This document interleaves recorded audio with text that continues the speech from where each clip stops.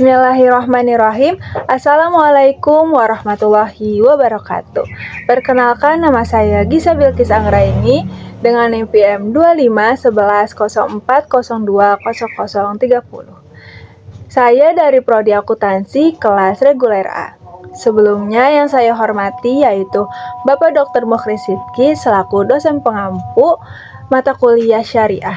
Nah, di sini izinkan saya untuk mempresentasikan materi yaitu tentang mereview pertemuan pertama sampai pertemuan terakhir. Pertama-tama kita bahas definisi syariah. Syariah dalam bahasa yaitu asyariatun atau bisa disebut at-thoriq yang artinya jalan. Secara istilah berarti hukum atau peraturan Tuhan yang diperuntukkan untuk orang yang berakal sehat. Syariah adalah wadah ketentuan yang diperuntukkan bagi orang yang berakal sehat agar mereka dilindungi dan mendapatkan kebahagiaan dunia dan akhirat. Syariah sudah ada sejak zaman Nabi, namun setiap zamannya berbeda-beda. Seperti halnya saat zaman Nabi Adam. Dulu tidak ada hukum mencuri. Karena apa? Karena zaman dulu belum ada orang yang melakukan mencuri. Syariah itu bukan banyak, namun disempurnakan.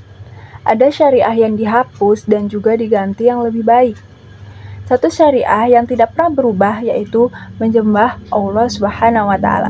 Karena sejak zaman Nabi dahulu pun sudah menyembah Allah Subhanahu wa taala. Itu disebut dengan syariah mutlak. Nah, sekarang kita memasuki istilah syariat di zaman sekarang. Istilah syariat di zaman sekarang itu ada dua. Yang pertama, syariat sama dengan agama. Artinya, mutlak, suci, dan benar. Tidak bisa diganggu-gugat. Contohnya apa? Seperti hukum qisas, yang dimana jika orang membunuh, maka harus dibunuh lagi. Syariat agama itu pasti benar, karena dia berpacu kepada Al-Quran dan juga Rasul. Yang kedua yaitu syariat sama dengan fikih. Fikih adalah pemahaman kita tentang syariat. Contohnya, cara kita memahami sholat. Cara kita memahami sholat itu berbeda-beda. Itu yang disebut fikih. Jadi fikih itu relatif. Oke, tadi kita sudah membahas materi yang pertama yaitu syariah. Kita akan lanjut materi yang kedua yaitu tentang sumber hukum. Sumber hukum Islam adalah rujukan dalam menetapkan hukum Islam, baik dalam ibadah seperti sholat, puasa, dan lain-lain, atau dalam muamalah. Muamalah itu hubungan antara manusia, seperti jual-beli. Kita akan memasuki macam-macam hukum. Macam-macam hukum itu ada 5. Yang pertama wajib. Wajib itu berarti jika kita melakukannya mendapat pahala, namun jika kita meninggalkannya itu akan mendapatkan dosa. Nah, yang kedua ada sunnah. Sunnah itu jika kita melakukannya mendapatkan pahala, namun jika kita meninggalkannya tidak akan mendapatkan dosa. Nah, yang ketiga ada mubah. Mubah itu segala sesuatu yang boleh dilakukan ataupun ditinggalkan tanpa adanya pahala dan juga dosa. Yang keempat itu ada makruh. Makruh adalah sesuatu yang sebaiknya kita tinggalkan. Jika kita tinggalkan mendapat pahala, tetapi jika kita lakukan tidak berdosa. Nah, hukum yang kelima itu ada haram. Haram adalah sesuatu yang jika kita melakukannya, maka mendapatkan dosa, namun jika kita meninggalkannya mendapatkan pahala. Selanjutnya, kita membahas klasifikasi sumber hukum. Klasifikasi sumber hukum itu ada 2. Yang pertama, sumber hukum primer atau utama. Disebut al-mutafaqun alaih atau bisa disebut al-adilatun al-asliyah, yaitu sumber hukum yang disepakati oleh semua ulama. Sumber hukum primer yaitu sumber hukum yang langsung menjadi dasar utama penetapan hukum.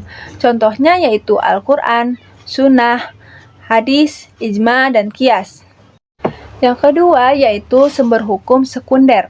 Disebut al-mukhtalafu fih atau bisa disebut al-adilatun at-tabaiyah, yaitu sumber hukum yang tidak semua disepakati ulama. Namun sumber hukum ini dipakai kalau hukum belum jelas dalam sumber primer atau untuk melengkapi saja. Contohnya seperti istihsan, maslahah mursalah, urf, istishab, dan masih banyak lain. Nah, sekarang kita akan membahas tentang sumber hukum utama, yaitu ada 4. Yang pertama Al-Quran, yang kedua Sunnah, yang ketiga Ijma, dan yang keempat Qiyas. Oke, yang pertama kita akan membahas sumber hukum utama yang pertama, yaitu Al-Quran. Al-Quran adalah firman Allah yang diturunkan kepada Nabi Muhammad SAW, dan jika kita membacanya maka mendapatkan pahala. Al-Quran sendiri adalah sumber hukum utama dan paling tinggi dalam Islam. Al-Quran merupakan firman Allah yang diturunkan kepada Nabi Muhammad SAW melalui malaikat Jibril. Fungsinya adalah sebagai pedoman hidup manusia, serta sebagai dasar dalam menentukan hukum. Contohnya, perintah sholat, puasa, dan larangan mencuri. Semuanya sudah dijelaskan dalam Al-Quran. Nah, kita akan memasuki sumber hukum yang kedua, yaitu sunnah. Sunnah adalah sesuatu yang disandarkan kepada Nabi, baik itu perkataannya, perbuatannya, ataupun sifatnya. Sifatnya itu juga terbagi dua lagi. Ada sifat khalqiyah, yaitu fisik, seperti Nabi Muhammad mempunyai hidung yang mancung. Ataupun sifat khuluqiyah, yaitu akhlak. Adapun sumber sunnah itu ada 3. Yang pertama yaitu selera. Misalnya, kita disunahkan makan paha kambing, bagian kanan dan bagian depan, karena Nabi Muhammad itu menyukai paha kambing. Jadi itu termasuk sunnah. Dan itu tuh selera Nabi Muhammad. Contohnya lagi, kita disunahkan memakan kurma. Nah, yang kedua, sumber sunnah itu ada tradisi. Tradisi. Dulu Nabi Muhammad itu memakai bahasa Arab ataupun memakai pakaian gamis, karena tradisi orang Arab di sana itu memakai pakaian gamis dan berbicara bahasa Arab. Nah, yang ketiga yaitu wahyu. Wahyu itu contohnya seperti membaca Al-Quran. Sumber hukum utama yang ketiga yaitu ijma. Ijma merupakan kesepakatan para ulama mujtahid umat Nabi Muhammad SAW setelah beliau wafat terhadap suatu hukum syar'i. Ijma digunakan ketika tidak ada penjelasan langsung dalam Al-Quran dan Sunnah, sehingga para ulama bersepakat menentukan hukumnya. Ini menunjukkan bahwa hukum Islam juga berkembang sesuai dengan kebutuhan zaman, tetapi tetap berdasarkan prinsip syariah.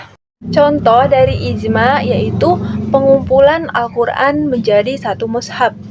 Setelah wafatnya Nabi Muhammad SAW, para sahabat sepakat untuk mengumpulkan ayat-ayat Al-Quran dalam satu mushaf pada masa Khalifah Abu Bakar As-Siddiq. Ini dilakukan demi menjaga keaslian Al-Quran. Contoh lain kesepakatan yaitu tentang kewajiban sholat 5 waktu. Contoh lain juga itu ada kesepakatan tentang keharaman zina dan masih banyak lagi kesepakatan para ulama. Sumber hukum yang keempat adalah qiyas. Qiyas adalah menetapkan hukum suatu masalah baru dengan menyamakannya pada masalah yang sudah ada, karena memiliki sebab ilat yang sama. Contohnya, narkoba diharamkan. Mengapa? Karena di dalam Al-Quran menyebutkan bahwa yang memabukkan itu haram hukumnya. Namun di dalam Al-Quran itu tidak menyebutkan narkoba itu haram. Nah, para ulama mengkiaskan bahwa narkoba itu haram karena sama-sama memabukkan dan merusak akal. Contoh lain dari kias yaitu jika suatu tempat terkena kotoran babi, nah para ulama ini mengkiaskan dengan sabda Nabi yang menyebutkan bahwa jika suatu wadah terkena moncong anjing, itu menyucikannya dengan 7 kali siraman, salah satunya dengan tanah. Nah, para ulama mengkiaskan juga dengan babi, sama-sama dengan 7 kali siraman dan 1 kali dengan tanah. Jadi, kias membantu menjawab permasalahan baru yang belum ada secara langsung dalam Al-Quran maupun Sunnah.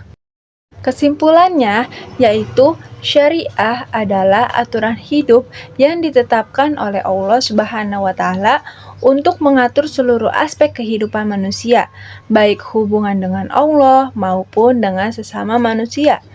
Sumber hukum Islam terdiri dari Al-Quran, hadis, ijma, dan qiyas yang menjadi pedoman dalam menentukan hukum. Dengan memahami dan menerapkan syariah, kehidupan manusia dapat berjalan lebih teratur, adil, dan sejahtera. Mungkin cukup sekian materi review dari saya, kurang lebihnya mohon maaf. Wabillahi taufiq wal hidayah. Wassalamualaikum warahmatullahi wabarakatuh.